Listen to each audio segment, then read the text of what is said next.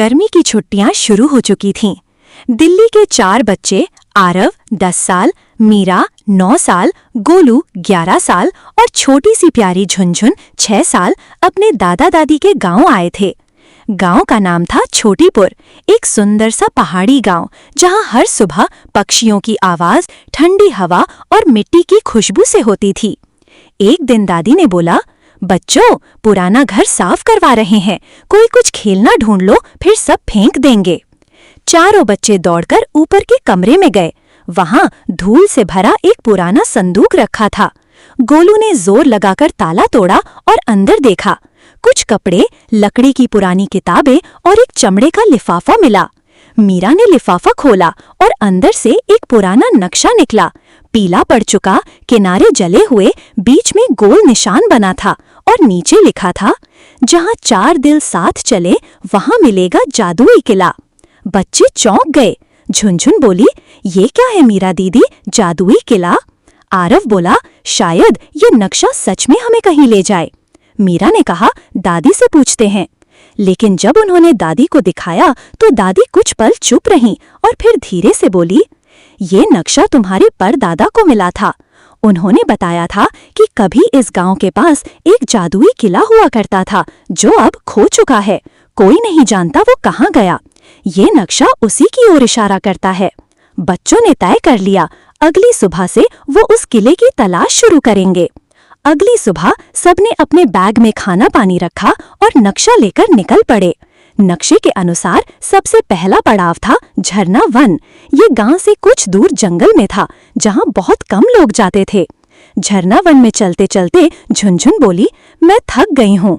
तभी मीरा ने देखा, एक पेड़ के नीचे एक पत्थर पर कुछ लिखा था। 4 बच्चों में एक बोले सच, तभी खुले आगे का पथ। गोलू बोला, मतलब हमें कुछ बोलना है। तभी पास का पेड़ हिलने लगा। वो बोल पड़ा, मैं इस जंगल का रक्षक हूँ, अगर तुम झूठ बोलोगे तो आगे नहीं जा सकोगे।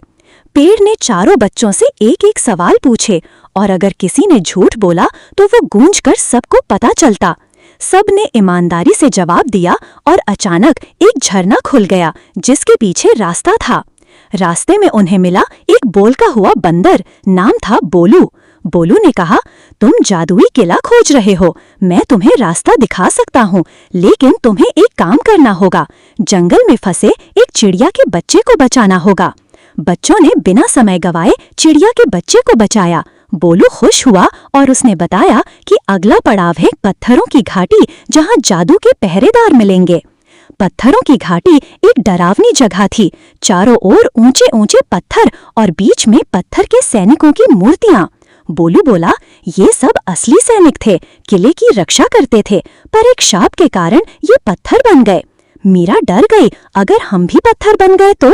आरव ने हिम्मत दिखाई, हम सच के साथ हैं, हमें कुछ नहीं होगा।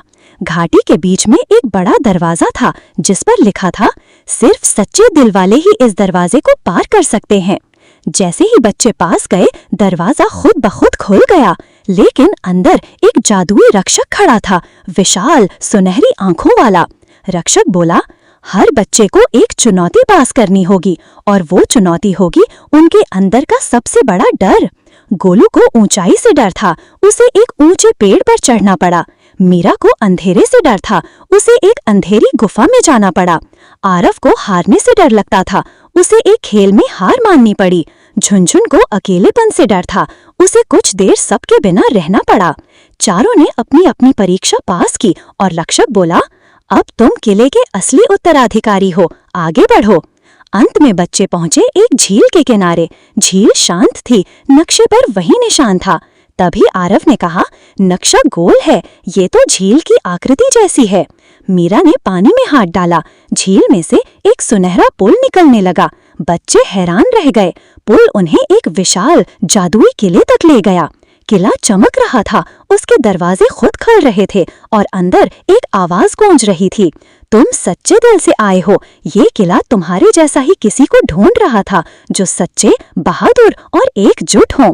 किले के अंदर उन्हें मिली एक जादुई किताब जिसमें पुराने राज थे, एक दर्पण जो भविष्य दिखा सकता था और एक कलश जिसमें ज्ञान की शक्ति थी।